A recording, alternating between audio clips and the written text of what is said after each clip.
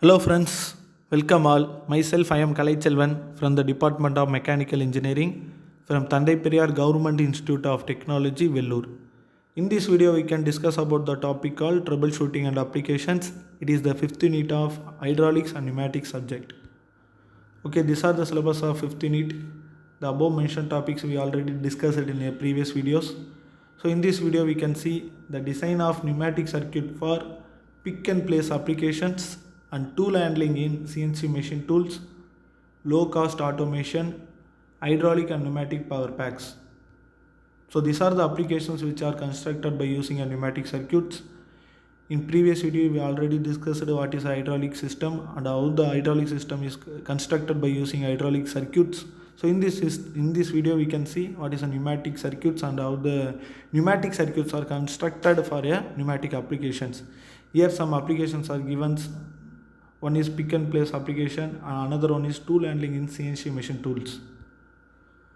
So here we can see the pneumatic circuit for pick and place applications. In the diagram we can clearly understand the circuit of pick and place application. So here we can see air source. After air source a compressor is placed. After the compressor FRL unit is placed. Above the FRL unit one DC valve is placed. A DCV valve is nothing but it is a direction control valve. Here we used a 5x2 solenoid operated spring offset DC valve. Above the DC valve a flow control valve is placed. So in between the double acting cylinder and DC valve a flow control valve is placed for the both extension and retraction purpose.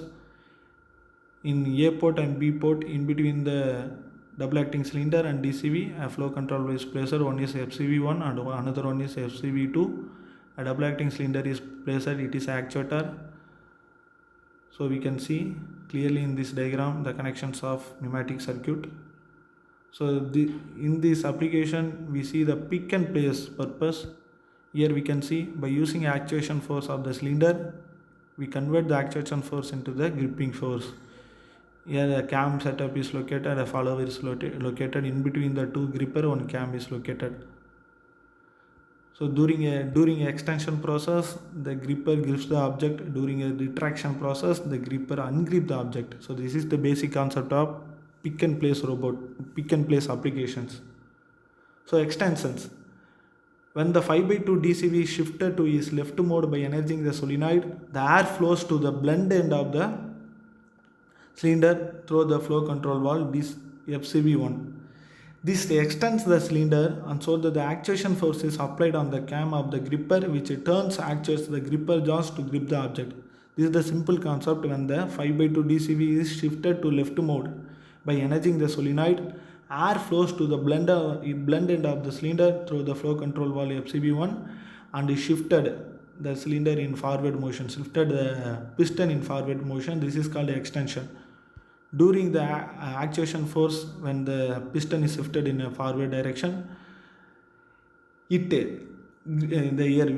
we can see this extension the cylinder so that the actuation force is applied to the cam of the gripper which turns the actuates the gripper jaws to grip the object. And the actuation force is applied in a forward motion, it turns the cam and the gripper to grip the object. Here we can see. During retraction at the same, when the DCV is shifted to the right mode of the de-energizing the solenoid, air flows to the rod end of the cylinder through the flow control valve FCV2. This retracts the cylinder and gripper ungrips the object. So when the air flows 5x2 in a forward direction, it actuates the gripper grip the object by help of the cam, the gripper grip the object. When the air flows in the second port during the backward actuation, it degrips the object. So this is the simple concept. This is the concept for pick and place application. Here we can see when the air flows, when the 5x2 DC valve is shifted left, it actuates the actuators in a forward direction. When the actuator moves in the forward direction, it grips the gripper jaw to grip the object. It actuates the gripper jaw to grip the object. When the air flows in a backward direction, when air flows in the cylinder in a B port, it actuates the piston in a backward direction When the actuation force occurs in a backward direction, the gripper ungrips the object. So this is the simple concept followed in pick and place application. Next we can see what is the pneumatic circuit for tool handling in CNC machine tools. So in diagram we can clearly understand there is the two operation. One is cylinder actuation, one is the rotational actuation. It is called motor actuation. We can see air source, after air source compressor is placed, after a compressor FRL unit placed. Here two ways are divided. One consists of 4x2 solenoid operated DCV, another one consists 4x3 solenoid operated spring offset DCV. So after the 4x2, here a double acting cylinder is placed. Here after a 4x3, a motor is placed. Here we can see two operations. One is actuation for clamping and unclamping. One is a motor for rotational operation of tool. So here you can see the two actuations are cylinder actuation. When a solenoid 4x2 DCV is energized, air flows into the blend end of the cylinder and the cylinder extends to clamp the workpiece. When the air flows into when the solenoid is energized, the 4x2 solenoid valve is energized, air flows to the blend of the cylinder, extends and clamp the workpiece.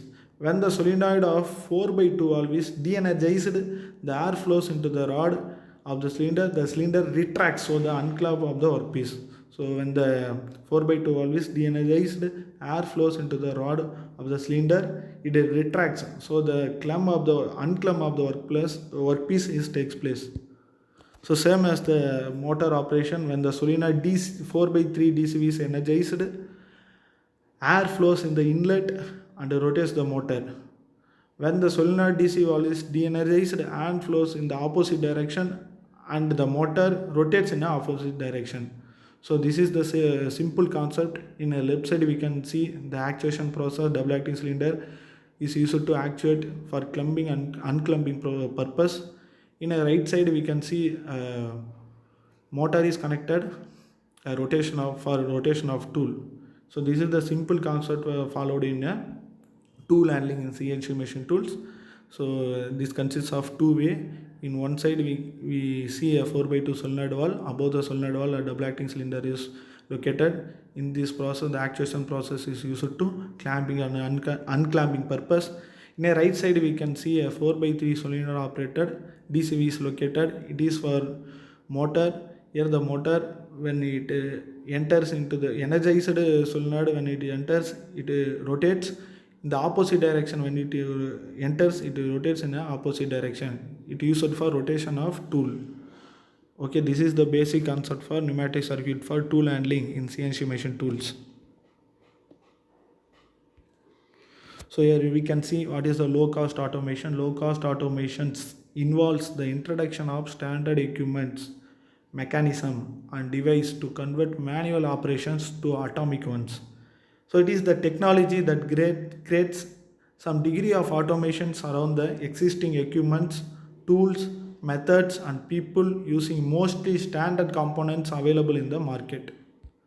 So these are some applications of low cost automations useful in activity related to discrete manufacturing. Wide range of activities such as loading, feeding, clamping, machining, welding, forming, gauging, assembly and packaging can be subjected to LCA system adoption. So here we can see what is hydraulic power pack. In hydraulic power pack we can see the motor is located, gear pump is inside and pressure gauge is located, direction solenoid and pressure meter switch is located. So these are the simple basic hydraulic power pack.